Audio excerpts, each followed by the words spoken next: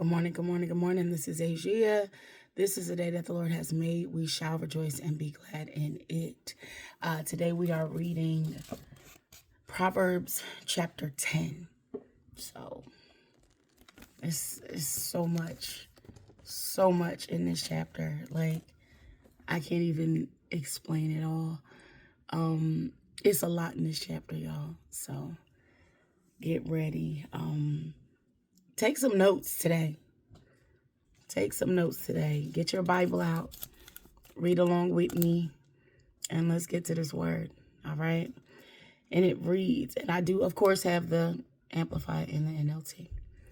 And it reads, a wise son makes a father glad, but a foolish, stubborn son who refuses to learn is a grief to his mother. Treasures of wickedness and ill-gotten gains do not profit, but righteousness and moral integrity in daily life rescues from death. The Lord will not allow the righteous to hunger. God will meet all his needs, but he will reject and cast away the craving of the wicked. Poor is he who works with the negligent and idle hand, but the hand of the diligent makes him rich. He who gathers during summer and takes advantage of his opportunities is a son who acts wisely. But he who sleeps during the harvest and ignores the moment of opportunity is a son who acts shamefully. Blessings are on the head of the righteous, the upright, those in right standing with God. But the mouth of the wicked conceals violence. The memory of the righteous person is a source of blessing, but the name of the wicked will be forgotten and rot like a corpse. The wise in heart are willing to learn, so they will accept and obey commands or instruction. But the babbling fool who is arrogant and thinks of himself wise will come to ruin. He who walks in integrity and with moral character walks securely, but he who takes a crooked way will be discovered and punished. He who maliciously winks the eye of evil intent causes trouble, and the babbling fool who is arrogant and thinks himself wise will come to ruin. The mouth of the righteous is a fountain of life, and his words of wisdom are a source of blessing, but the mouth of the wicked conceals violence and evil. Hatred stirs up strife, but love covers and overwhelms all transgressions, forgiving and overlooking another's faults. On the lips of the discerning, skillful, and godly wisdom is found, but discipline and the rod are for the back of the one who is without common sense and understanding. Wise men store up and treasure knowledge in mind and heart, but with the mouth of the foolish, ruin is at hand. The rich man's wealth is his fortress. The ruin of the poor is their poverty. The wages of the righteous, the upright, those in right standing with God, is a worthwhile, meaningful life. The income of the wicked is punishment. He who learns from instruction and correction is on the right path of life, and for others his example is a path toward wisdom and blessing. But he who ignores and refuses correction goes off course, and for others his example is a path toward sin and ruin. He who hides hatred has lying lips, and he who spreads slander is a fool. When there are many words, transgression and offense are unavoidable. Let's say that again. When there are many words, transgression and offense are unavoidable. But he who controls his lips and keeps thoughtful silence is wise.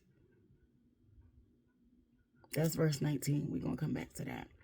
The tongue of the righteous is like precious silver, greatly valued. The heart of the wicked is worth little. The lips of the righteous feed and guide many, but fools who reject God and his wisdom die for lack of understanding. The blessing of the Lord brings true riches, and he adds no sorrow to it, for it comes as a blessing from God. Engaging in evil is like sport to the fool, who refuses wisdom and chases sin. But to a man of understanding, skillful and godly wisdom brings joy. What the wicked fears will come upon him, but the desire of the righteous for the blessing of God will be granted. When the whirlwind passes, the wicked is no more, but the righteous has an everlasting fountain.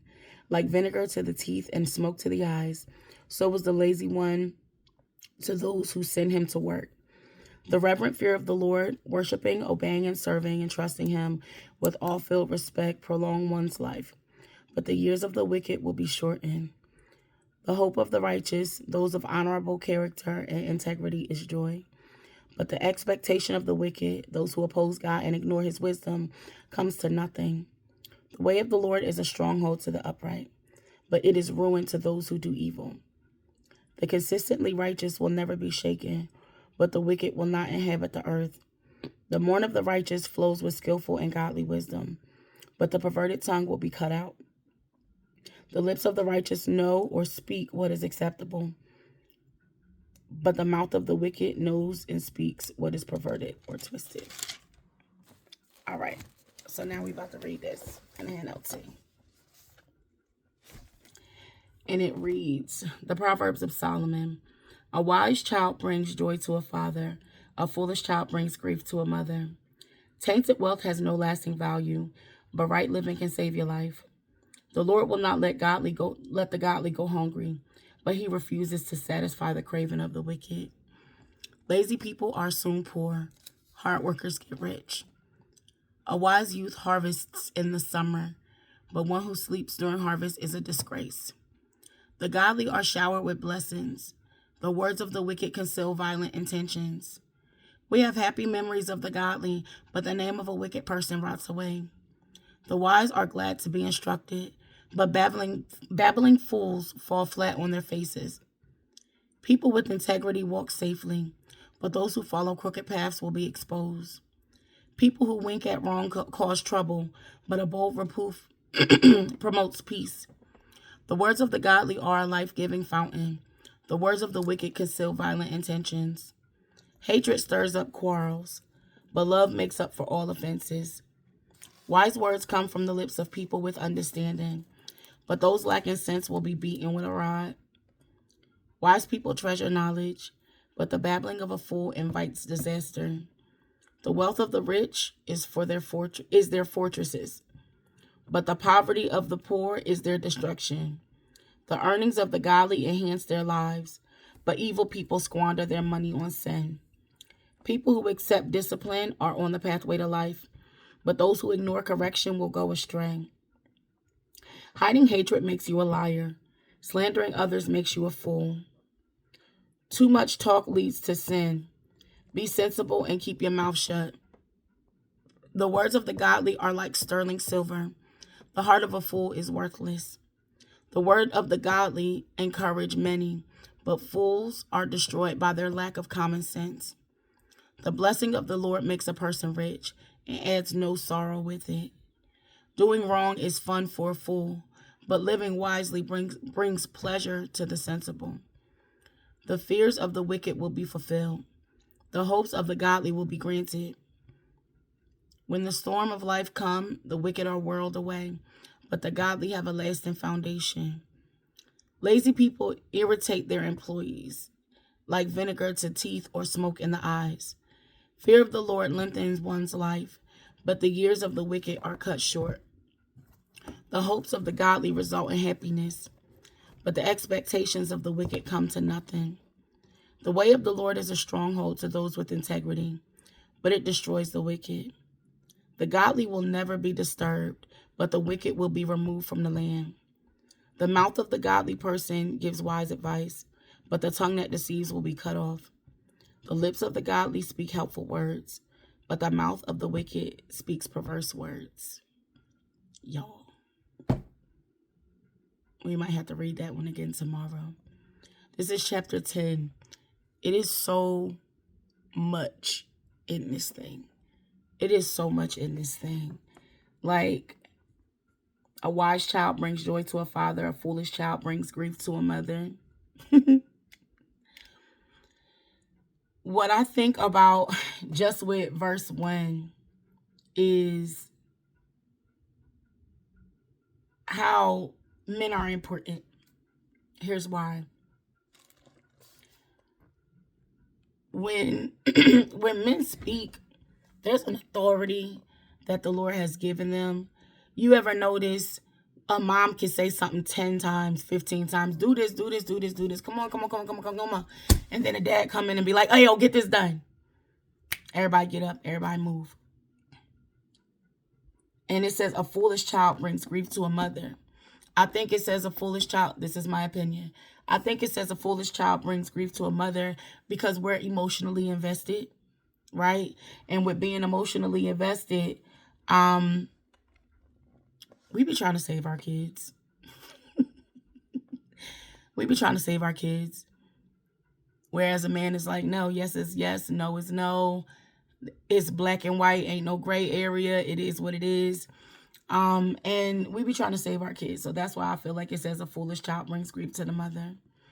I want to go back to chapter 9, verse 19 in this version. It says, he who is steadfast in righteousness attains life. Was it? Oh, no, because I'm like, that's not right. That's number 11. Okay. It says, when there are many words, transgression and offense are unavoidable. But he who controls his lips and keeps thoughtful silence is wise. That takes me to, y'all, when you're getting into an argument. That takes me to when you're getting in an argument. And it's a lot of things that can be said. And you know, like I know, once the words have been spoken, all you can do is apologize for what you said. You can't take back your words.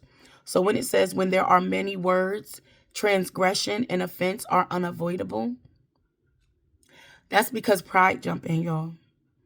You literally start talking, and when you start talking too much. And the intent is not to elevate, uplift, or like give information.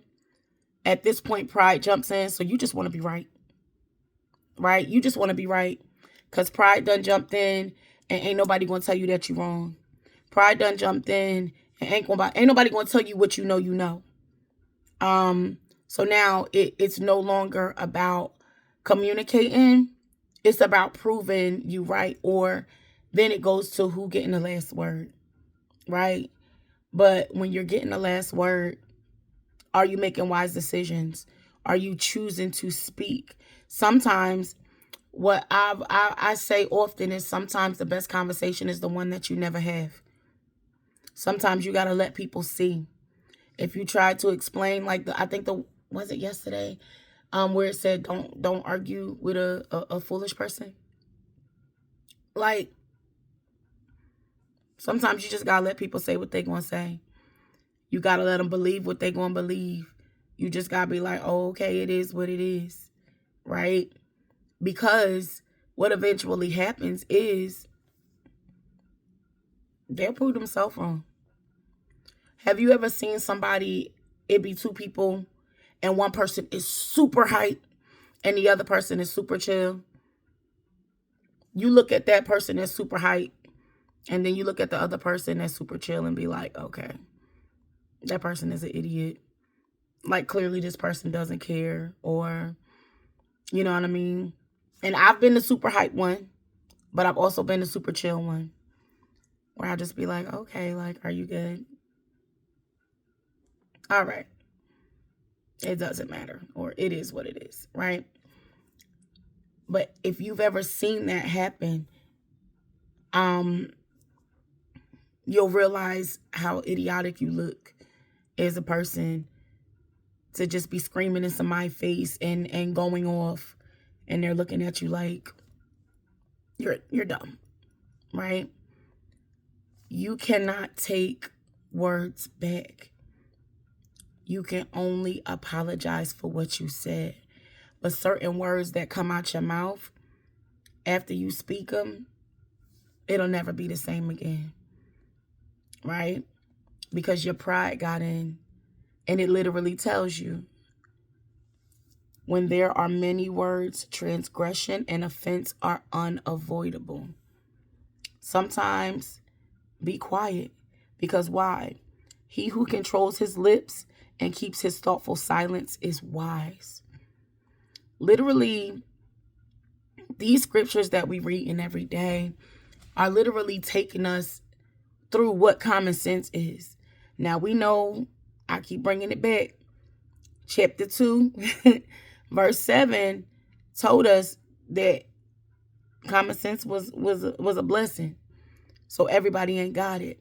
But is this not telling us, is wisdom not telling us, what common sense is? This is literally teaching us